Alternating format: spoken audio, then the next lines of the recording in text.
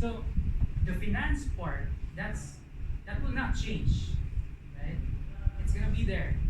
Numbers fixed. Numbers do not lie. The one who lies are people, and the one who lie to themselves are people.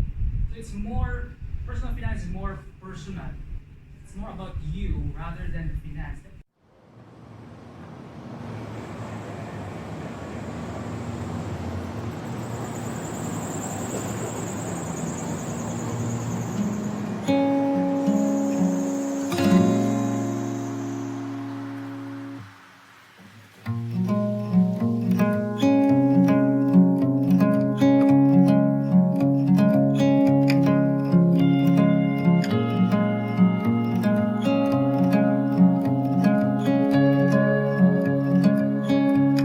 We're here at KMC Solutions and the talk is about to start.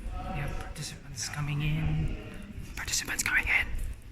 It's quite quiet because it's Saturday. It's not a work day, but it's quiet. Experience, current work experience, current position. You list all this down. What are you? Like, are you a criminal lawyer, business lawyer? What are these things? Like, these are especially those skills that you obtain certificates for.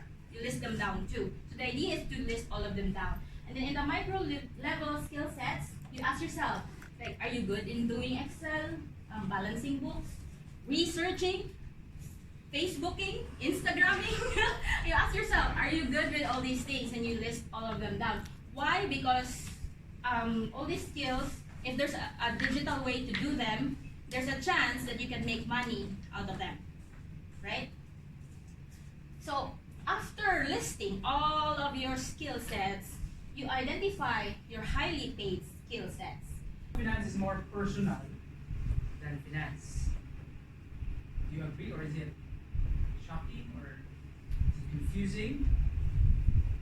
Your faces are confused. Okay.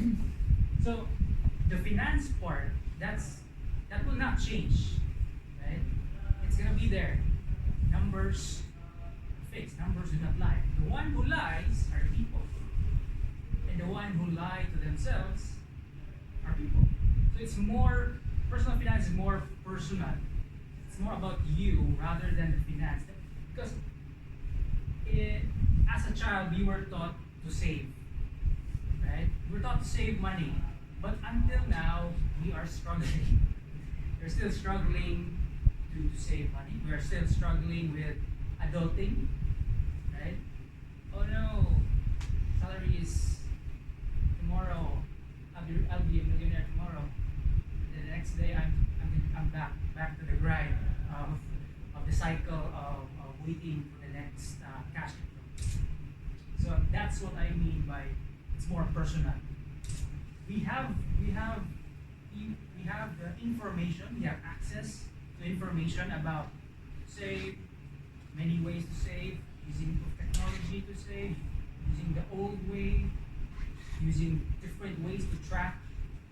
But of course, our heart will sway us in another direction, right?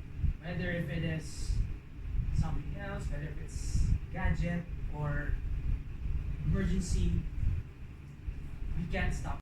Company is KMC Savills. KMC Savills is a full real estate service firm. So we are also in real estate. So we do anywhere from market research, highest and best use, project management, property management, capital investment, and all the way to leasing and sale of any property.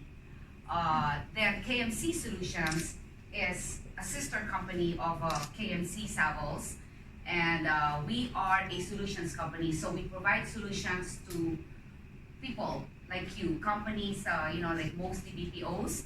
So what we do basically is we convert your investment from CapEx to OpEx because we provide a service office, a ready plug and play office for those who need it, regardless of the number of seats. So what KMC stands for is Kittleson, McCullough, Carbo. These are the three founders. The two, Kittleson and McCullough, are Americans, one from Rhode Island, the other one from Oregon, and their Filipino partner is Amanda Rufino Carbo. The three of them, they just make KMC grow. KMC Solutions now is in partnership with a venture capitalist company, AIGF, based in Singapore. So they recently partnered up with us, and KMC Solutions at the moment is the biggest service or flexible workspace provided in the Philippines. So we have co-working spaces as well, aside from dedicated office spaces.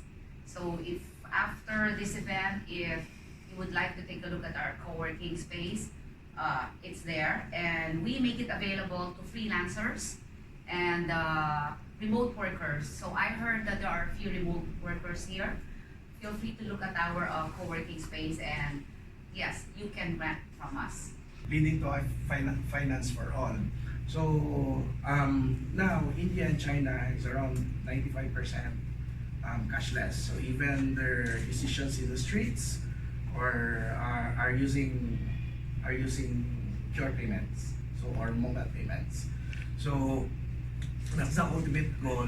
The difference lang between Philippines and China and India, both the India and China is mandated by the government to go cashless. Here, it's a bit a struggle because we need to convince or educate everyone to use the mobile platform. So we would like to address also this one. 3 out of Filipinos don't have bank accounts, this is reality, di ba? Then 34% have no access to banks, and then if they want to loan in the banks, they don't have any credit score. So that's important, di ba? So next.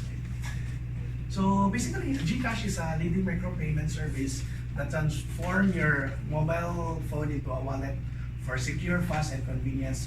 Basically, it's a wallet. You need to put cash, and then you use the features of GCash. So how can we access GCash? Before, we used to have, in 2004, we used to have only the asterisk 143. This is not a mobile, this is only as network signal dependent. And then we expand, we make the app. So for the simplest experience, we have the GCash app, and then we also have the Messenger now. So for a Filipino that don't have, most of the Filipinos don't have any storage at the phone, di ba? Medyo may lang, di ba? So they can use or access GCash through Messenger. So when you wake up in the morning, you buy load using your GCash, and then if you want to if you commute or going bus or taxi, you pay GCash. And then in the morning also, if you buy your snacks, so you pay with GCash, and then after with the payroll disbursements, it'll be credited directly to the employee. And then if you want to send money to your loved ones, so we also have that facility. And then if there will be a need to withdraw cash, we have this GCash card, so in case you want to withdraw to pay some rent. So that's the cycle that we want to address for the cashless ecosystem. Lower 1,000, lower last 500. Close, but it's actually 40 pesos per day. For Facebook and Instagram, that's basically about 40 pesos per day at the minimum. And then for YouTube, around 100 or yeah. So next. So that's also the reason why people are going online, especially for big companies. And it's not just for big companies, even the small entrepreneurs can actually take advantage of social media promoting their business online. So that's why what we're going to do today is to have a recap to have a short description of creating a strategy for social media. Next please. So for I identified 4 steps. Okay, since we have a few time na lang. So basically it's finding an objective, then finding your audience online. Objective is important because you would want to know if your ad is working, if your if your social media efforts are working. So you would want to know, so what's the reason behind for you creating that ad or creating that social media presence? And second is, well, there are a lot of social media sites like Facebook, Instagram, Pinterest, LinkedIn, Snapchat, YouTube, and the rest. Actually,